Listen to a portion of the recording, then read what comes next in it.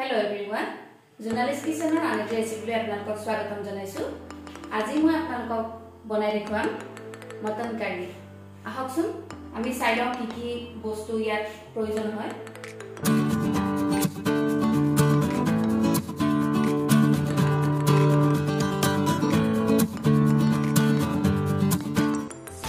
Eya moi mutton loisu 1 kg. এখিনি মই ধুনিয়াকৈ সাফাকৈ ধুই লৈছো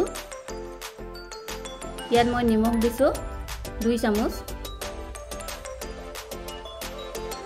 হালধি দিছো 1 চামুচ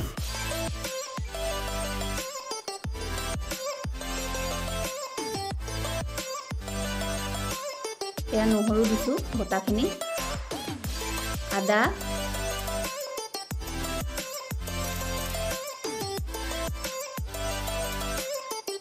পিয়াজৰ মই পেষ্ট বনাই লৈছো সেইখিনিও দি দিছো ইয়াতে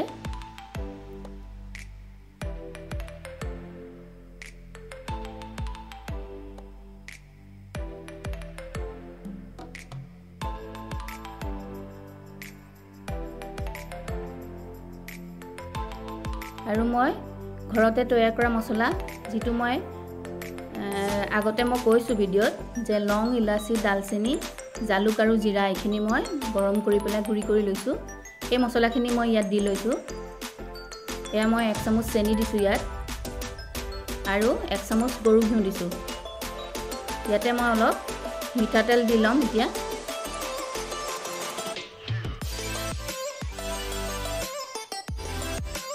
এয়া মই মিঠাতেল দিছো অকমান এখিনি মই ধুনিয়াকৈ এতিয়া মেৰিনেট কৰি লম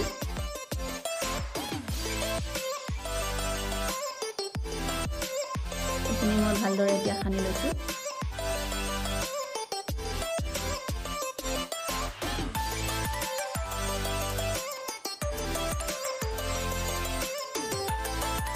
এখিনি মই এতিয়া আধা ঘণ্টাৰ বাবে ঢাকি ৰাখিম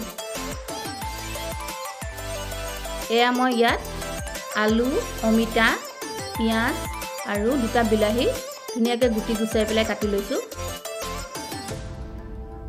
এয়া মই তেল দিছো কেৰাহীত তেলখিনি গৰম হলে মই ইয়াত পিয়াজখিনি ভাজি লম এতিয়া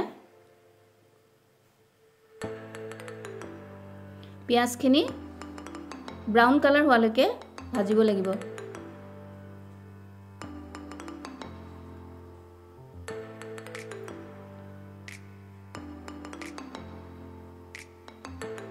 এয়া ধুনিয়াকৈ কালাৰটো উঠি গৈছে এতিয়া মই ইয়াত মটনখিনি দি দিম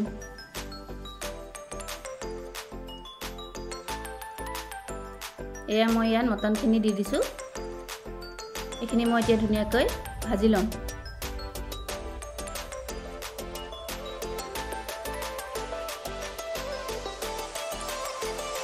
জ্বলাটো আপোনালোকে ইয়াত প্ৰয়োজন মতে দিব মই ইয়াত এতিয়ালৈকে জ্বলা দিয়া নাই অলপমান ৰেড চিলি পাউডাৰ দিম এয়া মই 1 চামুচ ৰেড চিলি পাউডাৰ পানীত গুলি লৈছো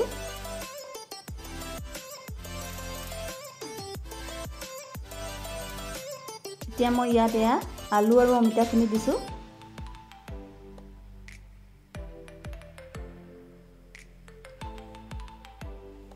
আৰু আগতে কাটি ৰখা এই বিলাহী কিটাও ইয়াতে দি লৈছো এতিয়া মই এখিনি ধুনিয়াকৈ ভাজিম এতিয়া মই এখিনি কুকাৰত দিছো এয়া মই কুকাৰত এখিনি ধুনিয়াকৈ আকৌ ভাজি লৈছো ইয়াতে মই 1 চামুচ এই ৰেড চিলি পাউডাৰ দি দিছো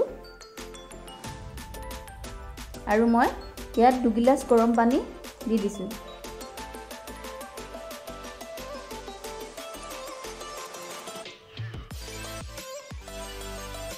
এখিনি ধুনিয়াকৈ মই লৰাই পেলাই এতিয়া মই এখিনি ঢাকনিখন মাৰি দিম আৰু 3টা হুইসেল দি দিম মটন কাৰীটো 3টা হুইসেল দিলে হৈ যাব আপোনালোকে কোনে কোনে মটন খাই ভাল পায় কওকচোন মোৰ ঘৰত কিন্তু কোনো ভাল নাপায় মই আৰু মোৰ হাজবেণ্ডে ভাল পাওঁ মোৰ ল'ৰা-ছোৱালীয়ে অকল চিকেন খাই ভাল পায় আজি মা দেউতা মই আৰু মোৰ হাজবেণ্ড আমাৰহে বেছিকৈ মানে খোৱা হ'ব আৰু ল'ৰা ছোৱালীয়ে কি খাব মই নাজানো আৰু তথাপি বনাইছোঁ আৰু আপোনালোকে মোৰ ৰেচিপিটো কেনেকুৱা পালে জনাবলৈ নাপাহৰিব। মই এটা কথা ক'বলৈ পাহৰিছিলোঁৱেই আপোনালোকক। মই কুকাৰত মাংসখিনি কিয় দিলোঁ জানেনে? ছাগলী মাংস সোনকালে নিসিজে, সেইকাৰণে ভাজি পেলাই মই কেৰাহীৰ পৰা কুকাৰটোত দি দিলোঁ। আৰু এতিয়া মই কেইটামান ভেন্দি কাটি লৈছোঁ, এইকেইটা অলপ ভাজিম, তাৰপিছত আমাৰ খানা ৰেডি হৈ যাব। এয়া মোৰ মটন কাৰী ৰেডি হৈ গৈছে। এতিয়া গৰমে গৰমে ভাতৰ লগত খালেই হ'ল। আপোনালোকে আজি মোৰ এই ৰেচিপিটো কেনেকুৱা পালে জনাবলৈ নাপাহৰিব। লাইক, কমেণ্ট আৰু শ্বেয়াৰ কৰিব আৰু চেনেলটো ছাবস্ক্ৰাইব কৰিবলৈ নাপাহৰিব। ধন্যবাদ।